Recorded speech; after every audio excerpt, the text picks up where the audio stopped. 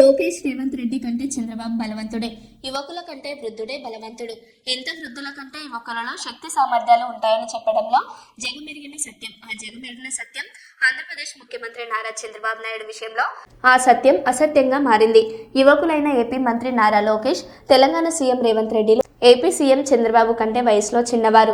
Davos పర్యటనలో చంద్రబాబు కంటే చిన్న వయసు వారు మంత్రి లోకేష్. సీఎం రేవంత్ రెడ్డిలు చలిని తట్టుకోలేక స్వెటర్లు లాంటి వెచ్చని వస్త్రాలను ధరించారు. కానీ వృద్ధుడైన ఏపీ సీఎం చంద్రబాబు క్రమబద్ధమైన వస్త్రాలనే ధరించడం యావత్ దేశ ప్రజలను ఆశ్చర్యానికి గురిచేసింది.